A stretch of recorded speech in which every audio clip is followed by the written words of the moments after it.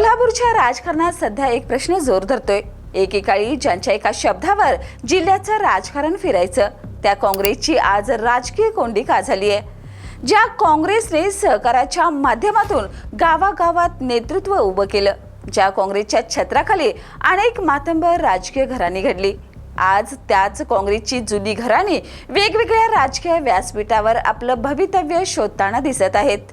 आणि या पार्श्वभूमीवर आमदार विनय कोरे यांनी अचूक राजकीय टायमिंग साधत पन्हाळा आणि शाहूवाडी परिसरातील दोन प्रभावी राजकीय घराण्यांना जनसुराज्याच्या व्यासपीठावर आणल्याने कोल्हापूरच्या राजकारणात नवी समीकरणं तयार होण्याची चिन्ह आहेत। हा केवळ पक्षप्रवेश नाही, तर हा प्रश्न आहे, काँग्रेसच्या पारंपरिक राजकीय पायाची वीट निसटते का? नमस्कार, मी सुरेखा आणि आपण पाहताय तारा न्यूज। तारा न्यूजच्या माध्यमातून कोल्हापुरातील काँग्रेसच्या बदलत्या राजकीय समीकरणाचा हा विशेष आढावा। कोल्हापूर जिल्ह्याच्या राजकीय इतिहासात काँग्रेसचं स्थान केवळ एका पक्षापुरतं मर्यादित नव्हतं। सहकारी साखर कारखाने, दूध संघ, जिल्हा बँक, कृषी संस्था आणि ग्राम पातळीवरील कार्यकर्त्यांचं मजबूत जाळं, या सगळ्या माध्यमातून काँग्रेसने जिल्ह्यात आपली राजकीय पकड मजबूत केली। अनेक प्रभावी नेते आणि राजकीय घराणे काँग्रेसच्या व्यासपीठावरून पुढे आली, पण काळ बदलला, राजकीय आघाड्या बदलल्या, सत्तेची केंद्र बदलली आणि काँग्रेसची अनेक पारंपरिक घराणीही हळूहळू वेगवेगळ्या पक्षाकडे वळली। आज परिस्थिती अशी आहे की कोल्हापूर जिल्ह्यात काँग्रेसचा खासदार आहे, विधान परिषदेतील प्रतिनिधित्व ही आहे, मात्र विधानसभा निवडणुकीत काँग्रेसला जिल्ह्यात एकही जागा जिंकता आली नाही। ही केवळ निवडणुकीतील आकडेवारी नाही, तर ती काँग्रेसच्या संघटनात्मक ताकदीसमोर उभा राहिलेला मोठा प्रश्न आहे।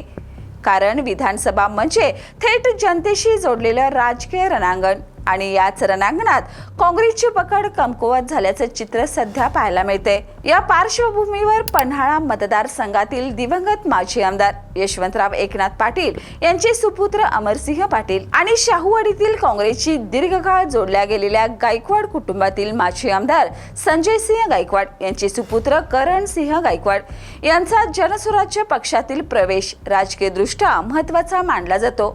या दोन्ही प्रवेशामागे स्थानिक राजकीय गणित, भविष्यातील नेतृत्वाची समीकरणं आणि सहकार क्षेत्रातील बदलते संदर्भ असल्याची चर्चा आहे।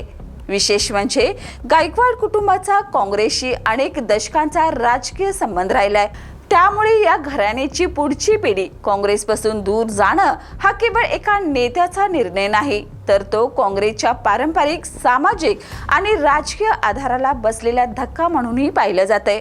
आमदार विनय कोरे यांनी या दोन्ही घराण्यांना जनसुराज्याच्या व्यासपीठावर आणत पन्हाळा शाहूवाडीच्या राजकारणात आपली पकड अधिक मजबूत करण्याचा प्रयत्न केल्याचं राजकीय जाणकारांचं मत आहे। पण इथे प्रश्न केवळ कोण कोणत्या पक्षात गेला एवढाच नाही, खरा प्रश्न असा आहे, काँग्रेसची पारंपरिक घराणी काँग्रेसमध्ये का टिकत नाहीत? सत्तेपासून दूर राहिल्यामुळे, स्थानिक नेतृत्वाला पुरेसा राजकीय अवकाश न मिळाल्यामुळे, नव्या पिढीला संधी न मिळाल्यामुळे, की बदलत्या राजकारणात काँग्रेसचं संघटन अपेक्षे इतकं सक्षम राहिलं नाही म्हणून? या प्रश्नांची उत्तरं काँग्रेसला शोधावी लागतील। कारण एखादा नेता पक्ष सोडतो तेव्हा केवळ एक नाव कमी होत नाही, त्याच्यासोबतच कार्यकर्त्यांचं जाळं, स्थानिक प्रभाव, सामाजिक संपर्क आणि संस्थात्मक ताकद ही दुसऱ्या राजकीय व्यासपीठाकडे जाण्याची शक्यता निर्माण होते। आणि हीच प्रक्रिया सातत्याने सुरू राहिली तर मोठा पक्षही काही भागांमध्ये केवळ मर्यादित राजकीय उपस्थितीपुरता राहू शकतो। मात्र काँग्रेसचा राजकीय इतिहास इतका मोठा आहे की एका पराभवावरही किंवा काही पक्ष प्रवेशावरही तिचं भविष्य ठरवता येणार नाही। पण कोल्हापुरात पुन्हा मजबूत उभारी घ्यायची असेल तर काँग्रेसला आता केवळ जुन्या राजकीय घराण्यावर अवलंबून राहून चालणार नाही। शेतकरी, युवक, महिला, सर्वसामान्य कार्यकर्ते आणि नव्या पिढीतून नेतृत्व उभं करावं लागेल।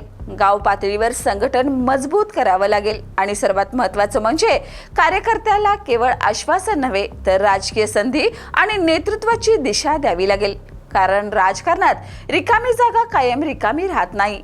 जिथे एक पक्ष कमजोर होतो तिथे दुसरा पक्ष आपली ताकद वाढवतो। आज पन्हाळा आणि शाहूवाडीतील घडामोडींनी काँग्रेस समोर पुन्हा एकदा मोठं आव्हान उभं केलंय। आता काँग्रेस या धक्क्यातून नवं नेतृत्व उभं करणार की पारंपरिक बालेकिल्ल्यामधील आपली पकड आणखी कमकुवत होऊ देणार?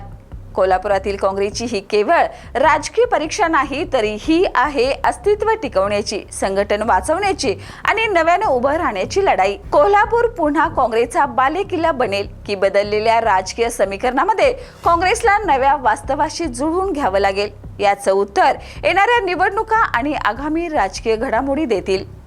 या आणि अशाच ताज्या अपडेटसाठी पाहत राहा तारा न्यूज.